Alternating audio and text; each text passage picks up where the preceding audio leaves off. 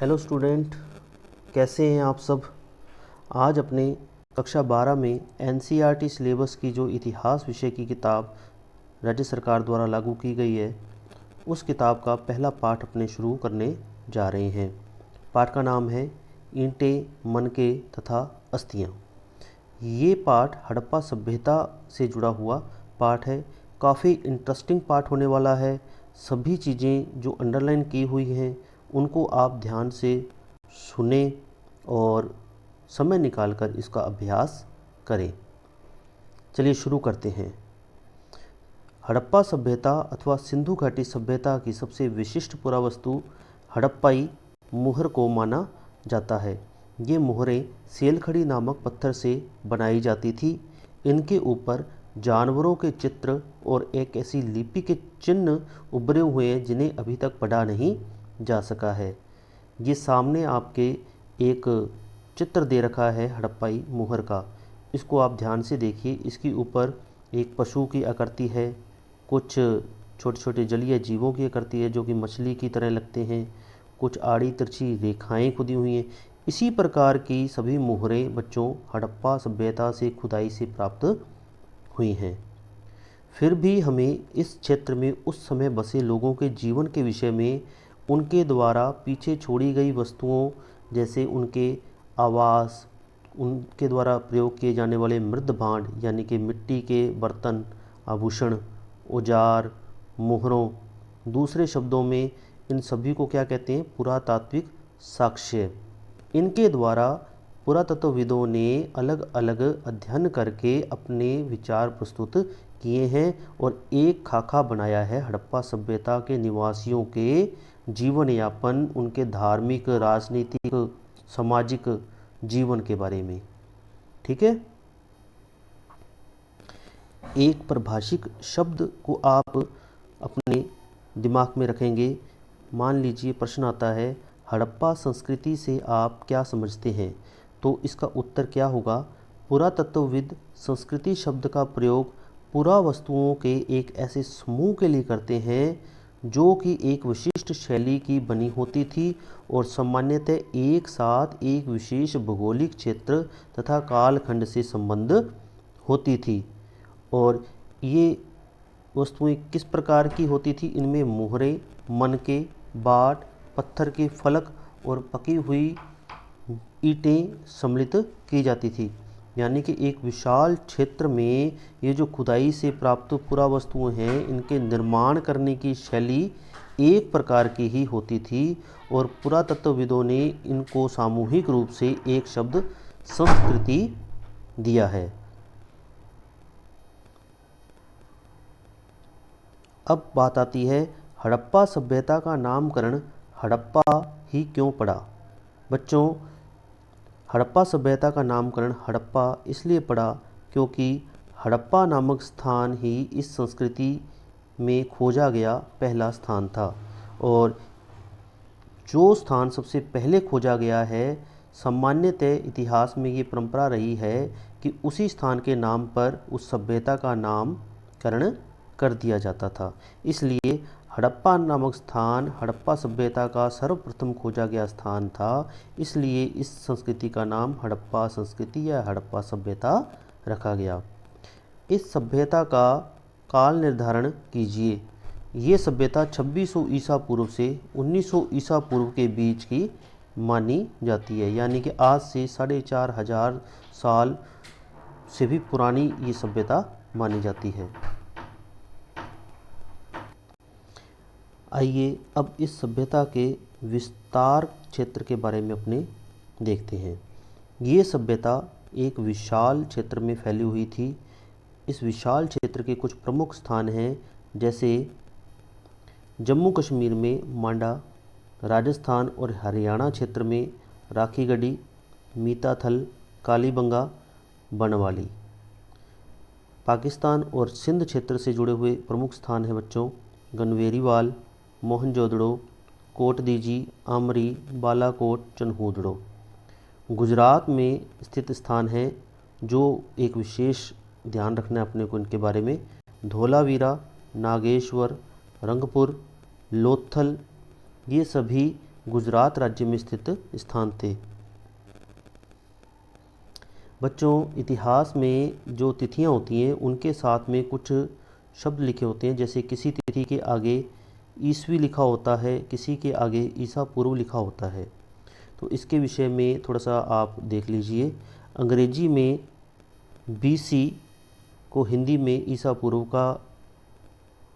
कहते हैं, जिसका मतलब है बिफोर क्राइस्ट। और कभी कभी आप तिथियों से पहले AD, जिसको हिंदी में ईस्वी कहा जाता है, लिखा हुआ भी पाते हैं, जिसका तात्पर्य है एनो डोमिनी, यानी कि ईसा मसीह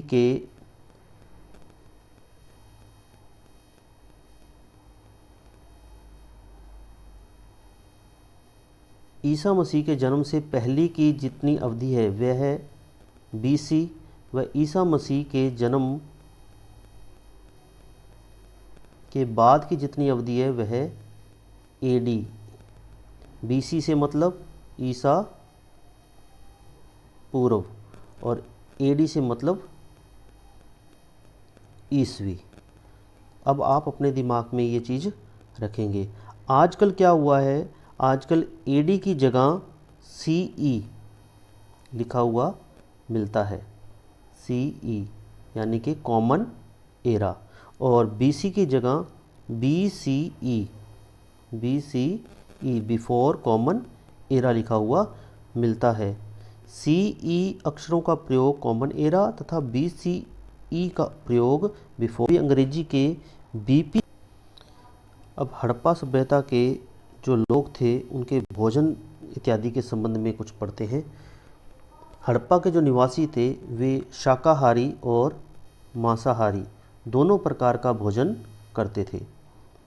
शाकाहार में वे जो पेड़ पौधे होते थे उनसे प्राप्त उत्पाद, और मांसाहार में मछली इत्यादि का मांस वे खाते थे। जले हुए अनाज के दाने और कुछ बीज जो खुदाई से प्राप्त हुए हैं, उनके आधार पर पुरातत्वविदों ने हड़प्पा निवासियों के आहार संबंधी आदतों के विषय में जानकारी प्राप्त की है।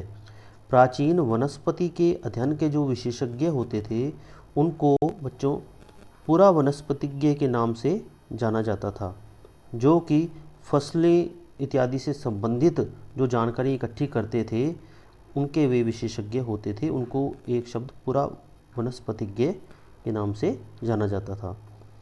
आगे एक शब्द और आएगा, चोलिस्तान।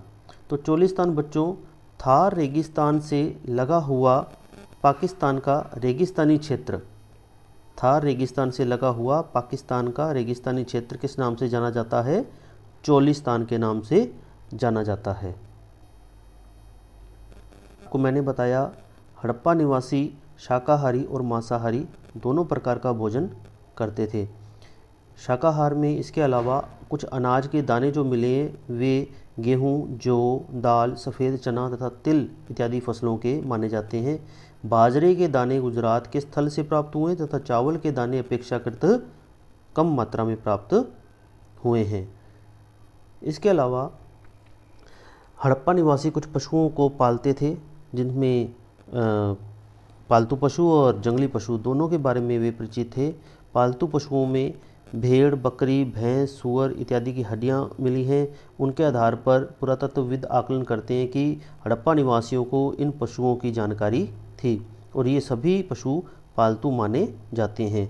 जंगली प्रजातियों में जैसे वराह, हिरण तथा घड़ियाल इत्यादि की हड्डियां मिली हैं। मछली तथा पक्षियों की हड्डियां भी अनेक हड़प्पाई स्थलों से प्राप्त हुई हैं।